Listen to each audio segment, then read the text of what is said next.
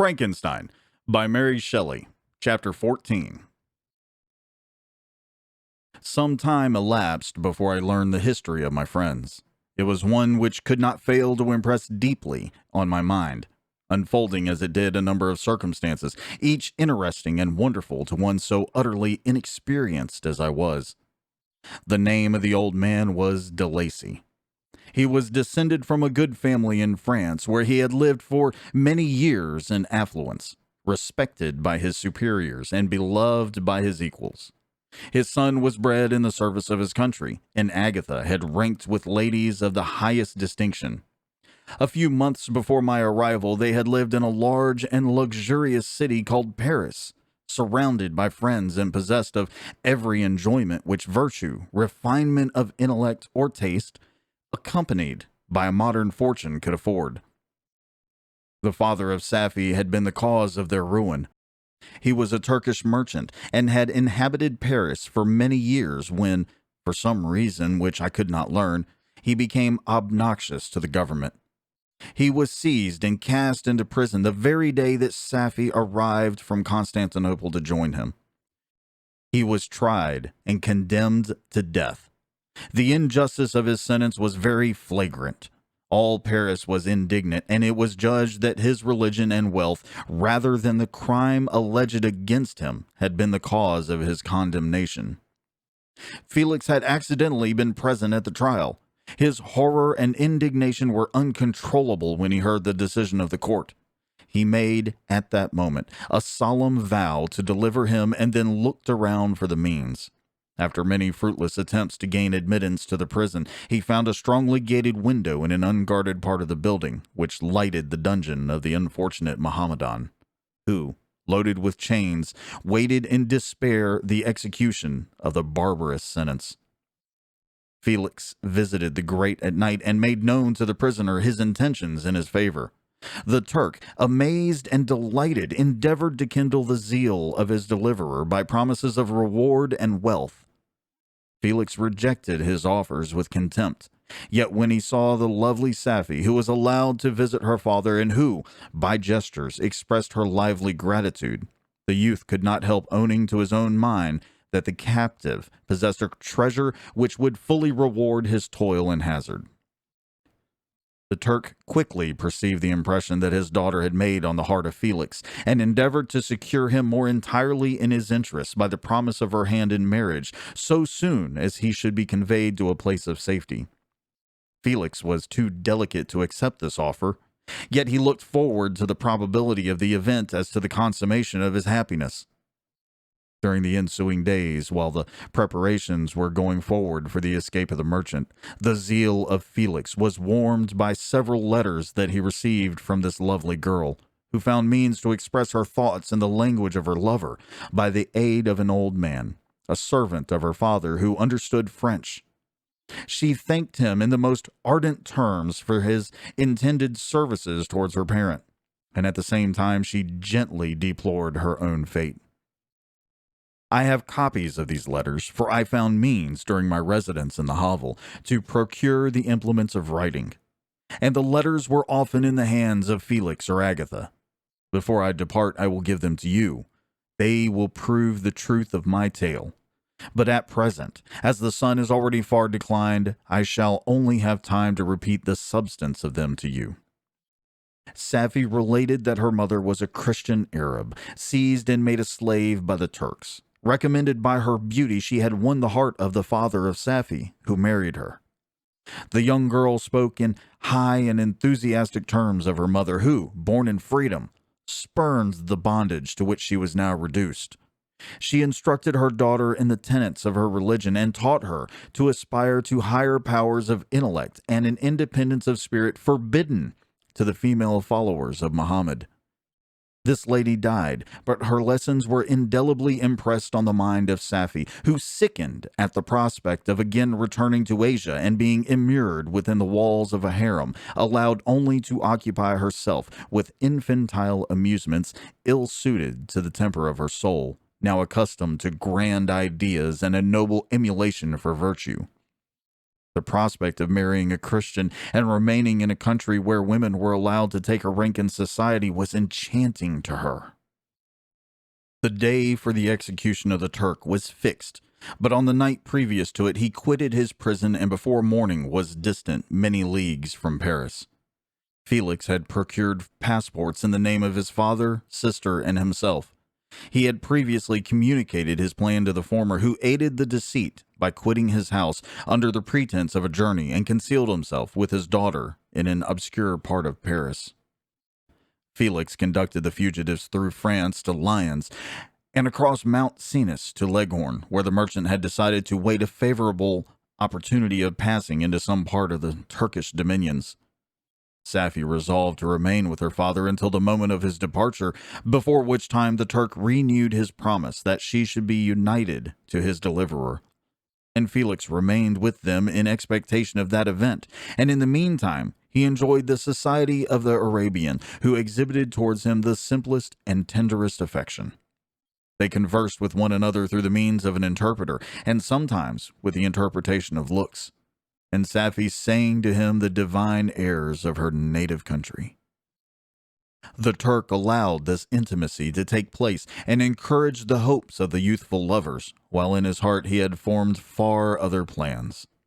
He loathed the idea that his daughter should be united to a Christian, but he feared the resentment of Felix if he should appear lukewarm, for he knew that he was still in the power of his deliverer, if he should choose to betray him to the Italian state which they inhabited. He revolved 1,000 plans by which he should be enabled to prolong the deceit until it might be no longer necessary, and secretly to take his daughter with him when he departed. His plans were facilitated by the news which arrived from Paris. The government of France were greatly enraged at the escape of their victim and spared no pains to detect and punish his deliverer. The plot of Felix was quickly discovered, and De Lacy and Agatha were thrown into prison. The news reached Felix and roused him from his dream of pleasure. His blind and aged father and his gentle sister lay in a noisome dungeon, while he enjoyed the free air and the society of her whom he loved. This idea was torture to him. He quickly arranged with the Turk that if the latter should find a favorable opportunity for escape before Felix could return to Italy, Safie should remain as a boarder at a convent at Leghorn. And then, quitting the lovely Arabian, he hastened to Paris and delivered himself up to the vengeance of the law, hoping to free De Lacy and Agatha by this proceeding. He did not succeed. They remained confined for 5 months before the trial took place, the result of which deprived them of their fortune and condemns them to a perpetual exile from their native country. They found a miserable asylum in the cottage in Germany, where I discovered them. Felix soon learned that the treacherous Turk, for whom he and his family endured such unheard-of oppression, on discovering that his deliverer was thus reduced to poverty and ruin, became a traitor to good feeling and honor, and had quitted Italy with his daughter, insultingly sending Felix a pittance of money to aid him, as he said, in some plan of future maintenance. Such were the events that preyed on the heart of Felix and rendered him, when I first saw him, the most miserable of his family. He could have endured poverty, and while this distress had been the meed of his virtue, he gloried in it. But the ingratitude of the Turk and the loss of his beloved Safie were misfortunes more bitter and irreparable. The arrival of the Arabian now infused new life into his soul. When the news reached Leghorn that Felix was deprived of his wealth and rank, the merchant commanded his daughter to think no more of her lover, but to prepare to return to her native country. The generous nature of Safie was outraged by this command. She attempted to expostulate with her father, but he left her angrily, reiterating his tyrannical mandate. A few days after, the Turk entered his daughter's apartment and told her hastily that he had reason to believe that his residence at Leghorn had been divulged, and that he should speedily be delivered up to the French government.